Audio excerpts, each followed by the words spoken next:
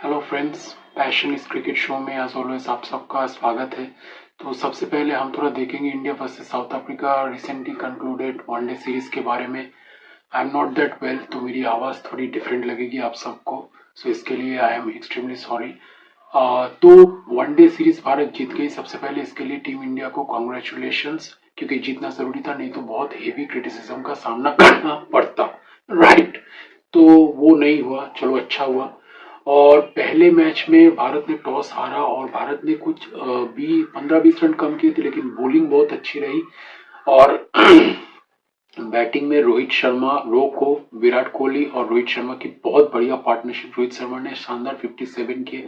विराट कोहली ने package batting दिखाया। सबसे पहले एक तो छक्के मारे लॉन्ग ऑफ के थ्रू ऊपर से, फिर बैकफुट ऑफ पॉइंट के ऊपर से, लॉन्ग ऑन के ऊपर से खूबसूरत स्ट्रोक्स लगाए। उनकी मिस टाइम शॉट भी छक्के के लिए गई और 7 छक्के मारे। सबसे पहले अटैक किया और उसके बाद इनिंग्स के सेकेंड फेज में से 15 ओवर से 35 ओवर तक या फिर 20 ओवर से 35 ओवर तक थोड़ा स्लो खेला। सिंगल्स में कॉन्सेंट्रेट किया। स्लो मतलब सिंगल्स टू, जिसके लिए वो माहिर है रनिंग बिटवीन द विकेट्स के लिए, तो वो किया। और उसके बाद 38 ओवर में अपना शतक पूरा करने के बाद क्या पावर क्रिकेट दिखाया यार।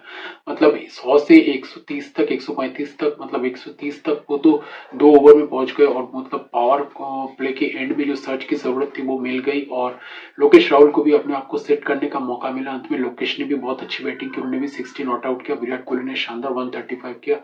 भारत ने किया 349 और इसके बाद 11 रन पे 3 विकेट। वहीं पे साउथ अफ्रीका बहुत ज्यादा हर्ट हो गया और रिकल्टन को शानदार बोल्ड किया हर्षित राणा ने। उनकी बॉलिंग बहुत अच्छी होती जा रही है दिन ब दिन। उनके पास एक फास्ट बॉलर की बॉडी है और ही कैन जनरेट पेस और इन स्विंग अच्छा है उनका। तो उनकी जो फर्स्ट स्पेल थी वो हट कर गई साउथ अफ्रीका को। उसके बाद साउथ अफ्रीका ने शानदार कमबैक किया और जॉर्जी के साथ ब्रिट्सके की एक पार्टनरशिप, ब्रिट्सके के साथ जो जैनसन की पार्टनरशिप थी वो एक मैच विनिंग पार्टनरशिप में बदल रही थी। हालांकि मुझे लगा कि हमने जैनसन को कुछ ज्यादा ही उनके मतलब प्रेफर्ड लेंथ में बॉल डाल दी।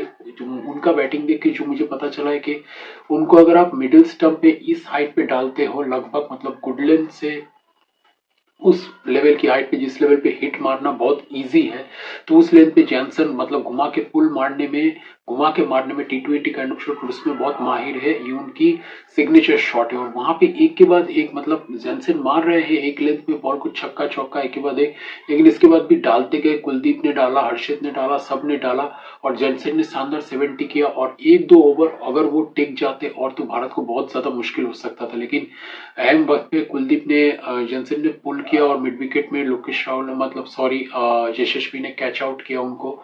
तो ये एक इम्पोर्टेंट विकेट था। और इसके बाद ब्रिट्सके की विकेट जो गिरी, ब्रिट्सके लॉन्ग ऑन में कैच आउट हुए, वहां पे मैच घूम गया। लेकिन कॉबिन बॉश ने बहुत बढ़िया बैटिंग की और साउथ अफ्रीका की दे बैट टिल ऑलमोस्ट टिल। अगर महाराज 11 में बैटिंग आ रही है तो मतलब उनकी, अगर महाराज 11 में बैटिंग कर रहे हैं तो दे बैट टिल 11। तो कॉबिन बॉश एक बहुत अच्छे ऑलराउंडर है, उन्होंने भी हाफ सेंचुरी की और मतलब बहुत ही क्लोज कॉन्टेस्ट, भारत ने 10-11 रन से जीत हासिल की। दूसरे मैच में एक्चुअली बात यह हुआ कि भारत ने कुछ 15-20 रन, वो जो एक वक्त में विराट कोहली के आने के बाद जाने के बाद आउट होकर 102 रन बना के जाने के बाद फिर से शतक किया यार। मतलब फिर से पहले एक्सीलरेट की, एक शानदार पुल मार के छक्का मार के अपना इनिंग स्टार्ट किया और उसके बाद ऋतुराज का साथ दिया। सिंगल्स लेके मतलब 60 से 100 तक कब पहुंच गए मतलब पता ही नहीं चला। ऋतुराज ने भी सेम वेवलेंथ पे बैटिंग किया। दोनों ने एक दूसरे को बहुत अच्छा कॉम्प्लीमेंट किया। कोहली का एक्सपीरियंस बहुत अच्छा काम आ गया। लोकेश ने फिनिश अच्छा किया, लेकिन वो जो बीच में 5-7 ओवर का एक स्पैन था जब विकेट बचाने के चक्कर में, जो कि सही भी था, तो थोड़ा स्लो डाउन हो गया रन रेट, तो वहां पे 10-20 रन कम हो गए, वही भारत को हट कर गया। और फील्डिंग में कुछ कैचेस मिस हो गए, कुछ मिस फील्डिंग्स हो गए, तो 15-20 रन भारत ने गला दिए ऐसे ही, मतलब निकल जाने दिया ऐसे ही। तो इसलिए भारत को हार का सामना करना पड़ा।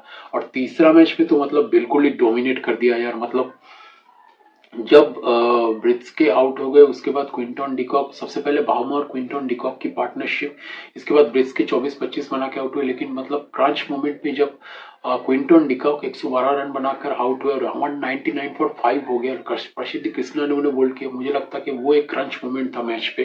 क्योंकि अगर क्विंटन डिकॉक थोड़ा देर और टिक जाते तो साउथ अफ्रीका 320-330 कर जाती और भारत अगर स्टार्टिंग में, हालांकि फिर भी टारगेट चेजेबल होता क्योंकि ड्यू बहुत ह्यूज फैक्टर रहा इस सीरीज में। तो बढ़िया काम ये किया लोकेश राहुल ने, सबसे पहले टॉस जीत गए यार। 2 साल बाद भारत के किसी कैप्टन ने टॉस जीता, ये भी मतलब अपने आप में यूनिक बात है। लेकिन वो एक क्रंच मोमेंट था और उसके बाद मतलब डेविड ब्रेविस भी अच्छा बैटिंग कर रहे थे, उनको भी डिसमिस कर दिया। और साउथ अफ्रीका जो स्कोर इजीली 320, 325, 330 हो सकता था, जो कि एक फाइटिंग टोटल होता मेरे ख्याल में, विनिंग नहीं, तो वो नहीं हुआ। और 271 the moment south Africa got bundled for 271, मुझे लगा कि भारत जीतेगा, लेकिन शायद ये नहीं सोचा था कि इतनी आसानी से जीतेगा, कि आराम से वक्त लिया। यशस्वी जायसवाल, कांग्रेचुलेशन टू हिम, उन्होंने बहुत बढ़िया शतक किया।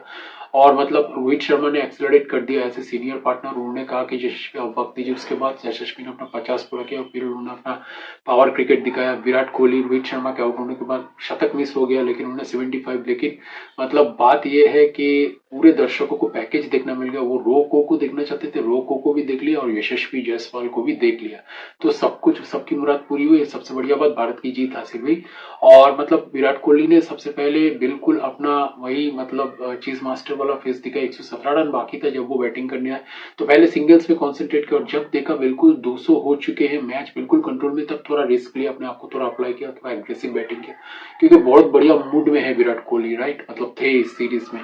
तो अंत में 45 बॉल में 65 बॉल्स और कुछ शानदार shot, square of the wicket, over the of side, over the Enfield covers के थ्रू जो एक दो चौका मारा, छक्का मारा, बढ़िया। और यशस्वी जायसवाल की क्लासिक स्ट्रोक्स देखने को मिले, और ऑल इन ऑल एक बहुत बढ़िया परफॉर्मेंस।